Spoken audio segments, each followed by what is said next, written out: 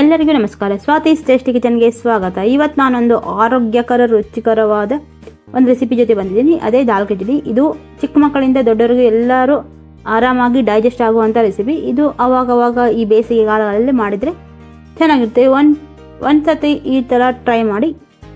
ಮತ್ತೆ ಯಾಕೆ ತಡ, ನನ್ನ ಚಾನಲ್ ಯಾರು ಸಬ್ಸ್ಕ್ರೈಬ್ ಮಾಡ್ಕೊಂಡಿಲ್ಲ ಸಬ್ಸ್ಕ್ರೈಬ್ ಮಾಡ್ಕೊಳ್ಳಿ, ಮತ್ತು ಪಕ್ಕದಲ್ಲಿರೋ ಬೆಲ್ ಐಕಾನ್ ಪ್ರೆಸ್ ಮಾಡಿ, ಮತ್ತು ನಮ್ಮ ಫ್ರೆಂಡ್ಸ್ ಆ್ಯಂಡ್ ಫ್ಯಾಮಿಲಿ ಮೆಂಬರ್ಸ್ಗೆ ಶೇರ್ ಮಾಡಿ. ಬನ್ನಿ ಯಾವ ಥರ ಈಸಿಯಾಗಿ ದಾಲ್ ಕಿಚಡಿ ಮಾಡೋದಂತ ಹೇಳ್ತೀನಿ.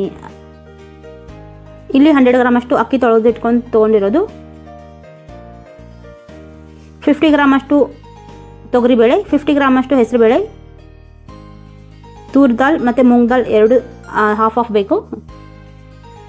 ಅಕ್ಕಿ, ಹೆಸರುಬೇಳೆ, ತೊಗರಿಬೇಳೆ ಎಲ್ಲ ತೊಳೆದು ನೀಟಾಗಿ ಕ್ಲೀನ್ ಮಾಡಿ ಇಟ್ಕೊಂಡು ನೆನೆ ಇಡಬೇಕು. ಹಾಫ್ ಆನ್ ಅವರ್ ಬಿಫೋರೇ ನೆನೆ ಇಡಬೇಕು. ಇವಾಗ ಅದರ ಎರಡರಷ್ಟು ನೀರು ಹಾಕ್ಕೊಳ್ಬೇಕು. ಇವಾಗ 100 ಗ್ರಾಮ್ ಅಂದರೆ 200 ಗ್ರಾಮ್ ಆಗುತ್ತೆ. ಇಲ್ಲಿ ನಾನು 400 ಗ್ರಾಮ್ ಅಷ್ಟು ನೀರು ಹಾಕ್ಕೊಳ್ತಿರೋದು. ನೀರು ಹಾಕ್ಕೊಂಡು ಉಪ್ಪು ಹಾಕಿ, ಕಲ್ಲುಪ್ಪು ಹಾಕ್ತಿರೋದು, 1/4 ಟೀ ಸ್ಪೂನ್ ಅಷ್ಟು ಅರಿಶಿನ ಪುಡಿ ಹಾಕ್ಕೊಂಡು ಲಿಡ್ ಕ್ಲೋಸ್ ಮಾಡಿ 4 ವಿಸಿಲ್ ಕೂಗಿಸ್ಬೇಕು. ಇವಾಗ ಆಗಿದೆ ನೋಡಿ, ಆಗಿದೆ, ರೈಸ್ ಆಗಿದೆ. ಅಕ್ಕಿ ಮತ್ತು ಬೇಳೆ ಎಲ್ಲನೂ ಚೆನ್ನಾಗಿ ಬೆಂದಿದೆ. ಮೊದಲಿಗೆ ನಾನಿಲ್ಲಿ 2 ಮೀಡಿಯಮ್ ಸೈಜ್ ಆನಿಯನ್ ತೊಳೆದು ಕಟ್ ಮಾಡಿ ಇಟ್ಕೊಂಡಿರೋದು, ಒಂದು ಅರ್ಧ ಕಟ್ಟಷ್ಟು ಮೆಂತ್ಯ ಸೊಪ್ಪು ತೊಳೆದು ಕಟ್ ಮಾಡಿಟ್ಕೊಂಡಿರೋದು, 2 medium size onion tomato cut ಮಾಡಿ ಇಟ್ಕೊಂಡಿರೋದು, 2 ಗ್ರೀನ್ ಚಿಲ್ಲಿ ತೊಗೊಂಡಿರೋದು, ಹಸಿರು ಮೆಣಸಿನ್ಕಾಯಿ 2, 5 ಕರಿಬೇವು ಎಲೆ ತೊಗೊಂಡಿರೋದು, ಎಲ್ಲನೂ ಕಟ್ ಮಾಡಿ ಇಟ್ಕೊಂಡಿರೋದು, ನೀಟಾಗಿ ಚಿಕ್ಕದಾಗಿ ಕಟ್ ಮಾಡಿ ಇಟ್ಕೊಂಡಿರೋದು. ಮತ್ತು ಒಗ್ಗರಣೆಗೆ ಸಾಸಿವೆ ಅರ್ಧ ಟೀ ಸ್ಪೂನ್, ಜೀರಿಗೆ 1 ಟೀ ಸ್ಪೂನ್, 2 ಟೀ ಸ್ಪೂನ್ ಅಚ್ಚ ಖಾರದ ಪುಡಿ, 1/4 ಟೀ ಸ್ಪೂನ್ ಅರಿಶಿನ ಪುಡಿ, ಅರ್ಧ tea spoon garam masala.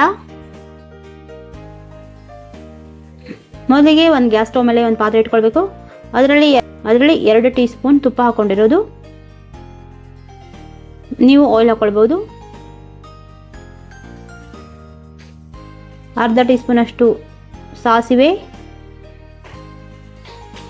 1 tea spoon ಅಷ್ಟು ಜೀರಿಗೆ ಒಗ್ಗರಣೆ ಹಾಕ್ಕೊಳ್ಬೇಕು. 1 ಟೀ ಸ್ಪೂನ್ ಜೀರಿಗೆ ಮತ್ತು ಅರ್ಧ ಟೀ ಸ್ಪೂನ್ ಅಷ್ಟು ಸಾಸಿವೆ ಹಾಕ್ಕೊಂಡು ಫ್ರೈ ಮಾಡ್ಕೊಳ್ಬೇಕು.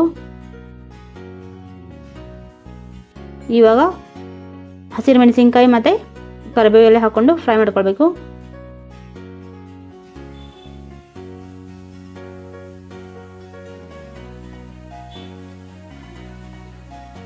ಅದು ಫ್ರೈ ಆದಮೇಲೆ ಆನಿಯನ್ ಹಾಕೊಂಡು ಫ್ರೈ ಮಾಡ್ಕೊಳ್ಬೇಕು.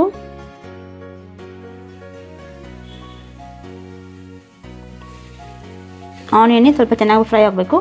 ದಾಲ್ ಕಿಚಡಿ ಮಾಡ್ಕೊಂಡಿರೋದ್ರಿಂದ ಈಸಿಯಾಗಿ ಡೈಜೆಷನ್ ಆಗುತ್ತೆ, ಮತ್ತು ವೆಯ್ಟ್ ಲಾಸ್ ಮಾಡೋರಿಗೆ ಇನ್ನೂ ಚೆನ್ನಾಗಿರುತ್ತೆ. ಮತ್ತು ವೆಯ್ಟ್ ಲಾಸ್ ಮಾಡೋರಿಗೆ ಇದು ಒಂದು ಒಳ್ಳೆ ಫುಡ್ ಅಂತ ಹೇಳ್ಬೋದು. ಆನಿಯನ್ ಟೊಮೆಟೊ ತೊಗೊಂಡಿರೋದು, ಇವಾಗ 2 ಟೊಮೆಟೊ ತೊಗೊಂಡು ಫ್ರೈ ಮಾಡ್ಕೊಳ್ಬೇಕು. ನಾನು ತೊಗೊಂಡಿರೋ ಕ್ವಾಂಟಿಟಿಯಲ್ಲಿ 4 ಜನಕ್ಕೆ ಆರಾಮಾಗಿ ಒಂದು ಹೊತ್ತು ಊಟ ಮಾಡ್ಬೋದು. ನೀವು ಇನ್ನೂ ಜಾಸ್ತಿ ಮಾಡ್ಕೋಬೇಕಂದ್ರೆ ಎಲ್ಲನೂ ಕ್ವಾಂಟಿಟಿ ಜಾಸ್ತಿ ಮಾಡ್ಕೊಳ್ಬೋದು. ಮತ್ತು ಖಾರನೂ ಸ್ವಲ್ಪ ಜಾಸ್ತಿ, ಸ್ಪೈಸಿ ಬೇಕಾದರೆ ಸ್ಪೈಸಿ ಜಾಸ್ತಿ ಮಾಡ್ಕೊಳ್ಬೋದು. 1/4 ಟೀ ಸ್ಪೂನ್ ಅಷ್ಟು ಅರಿಶಿನ ಪುಡಿ ಹಾಕ್ಕೊಳ್ಬೇಕು. ಅಚ್ಚ ಖಾರದ ಪುಡಿ ಹಾಕ್ಕೊಳ್ತಿರೋದು,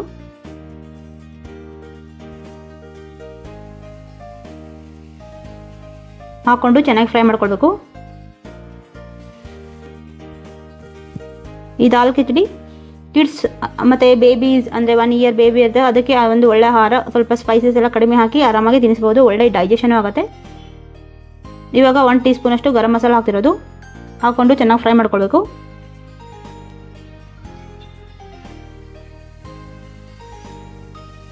ಇವಾಗ ನಾನಿಲ್ಲಿ ಮೆಂತ್ಯ ಸೊಪ್ಪು ತೊಗೊಂಡಿರೋದು, ಸ್ವಲ್ಪ ತೊಗೊಂಡಿರೋದು. ಇದು ಆಪ್ಷನಲ್ಲು, ಬೇಕಿದ್ರೆ ಹಾಕೋಬೋದು, ಇಲ್ಲಾಂದರೆ ಓಕೆ. ಹಾಕ್ಕೊಂಡು ಮೆಂತ್ಯ ಸೊಪ್ಪು ಹಾಕ್ಕೊಂಡು ಫ್ರೈ ಮಾಡ್ಕೊಳ್ಬೇಕು.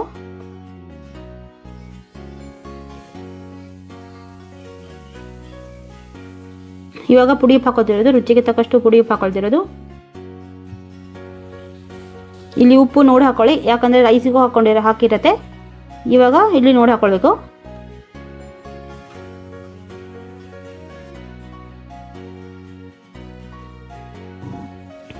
200 ml ನೀರು ಹಾಕ್ಕೊಂಡು ಸ್ವಲ್ಪ ಹಾಗೆ ಕಲಿಸ್ಕೊಂಡು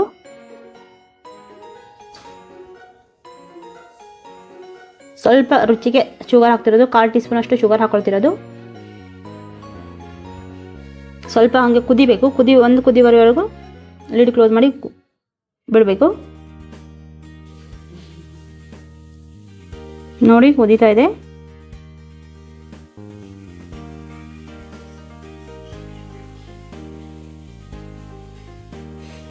ಇವಾಗ ನಾವು ಏನು ರೈಸ್ ಮಾಡಿ ಇಟ್ಕೊಂಡಿರ್ತೀವಲ್ಲ ಅದು ಈ ಒಗ್ಗರಣೆಯಲ್ಲಿ ಹಾಕ್ಕೊಳ್ಬೇಕು. ಹಾಕ್ಕೊಂಡು ಚೆನ್ನಾಗಿ ಕಲಿಸ್ಕೊಳ್ಬೇಕು. ಇನ್ನೂ ಸ್ವಲ್ಪ ನೀರು ಬೇಕಂದರೆ ನೀರು ಹಾಕ್ಕೊಳ್ಬೋದು. ನಾನಿಲ್ಲಿ ಸ್ವಲ್ಪ ಗಟ್ಟಿರೋದ್ರಿಂದ ಇನ್ನೂ 200 ml ಅಷ್ಟು ನೀರು ಹಾಕ್ಕೊಂಡು ಸ್ವಲ್ಪ ತೆಳು ಮಾಡ್ತೀನಿ. ನೋಡಿ ಈ ಥರ ಕನ್ಸಿಸ್ಟೆನ್ಸಿ ಮಾಡೋದು.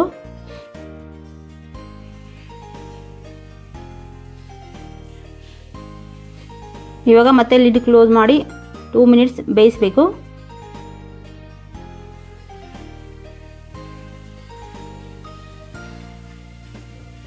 ಇದಕ್ಕೊಂದು ಚಿಕ್ಕದಾಗಿ ಒಗ್ಗರಣೆ ಹಾಕೊಳ್ಳೋಣ. ಇಲ್ಲಿ ಒಗ್ಗರಣೆಯಲ್ಲಿ ಒಂದು ಬೇರೆ ಪಾತ್ರೆ ಇಟ್ಕೊಂಡು ಅದರಲ್ಲಿ 1 ಟೇಬಲ್ ಸ್ಪೂನ್ ಅಷ್ಟು ತುಪ್ಪ ಹಾಕ್ಕೊಂಡಿರೋದು. ನೀವು ಆಯಿಲ್ ಹಾಕ್ಕೊಳ್ಬೋದು, ತುಪ್ಪ ಹಾಕ್ಕೊಳ್ಬೋದು. ಅದಕ್ಕೆ ಅರ್ಧ ಟೀ ಸ್ಪೂನ್ ಅಷ್ಟು ಜೀರಿಗೆ ಹಾಕ್ಕೊಳ್ಬೇಕು.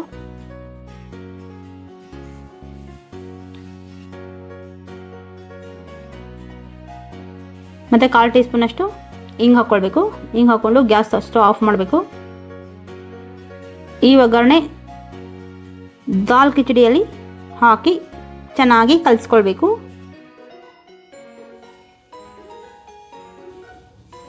ಇವಾಗ ಆರೋಗ್ಯಕರ ರುಚಿಕರ ದಾಲ್ ಕಿಚಡಿ ರೆಡಿ. ಇದು ಬೆಳಗಿನ ಟಿಫನ್ಗೂ ಚೆನ್ನಾಗಿರುತ್ತೆ, ಮಧ್ಯಾಹ್ನ ಊಟಕ್ಕೂ ಚೆನ್ನಾಗಿರುತ್ತೆ, ರಾತ್ರಿ ಡಿನ್ನರ್ಗೂ ಚೆನ್ನಾಗಿರುತ್ತೆ. ಮನೆಯಲ್ಲಿ ಗಾರ್ನಿಷಿಂಗ್ಗೆ ಸ್ವಲ್ಪ ಕೊರಿಯಂಡರ್ ಹಾಕೊಳ್ತಿರೋದು.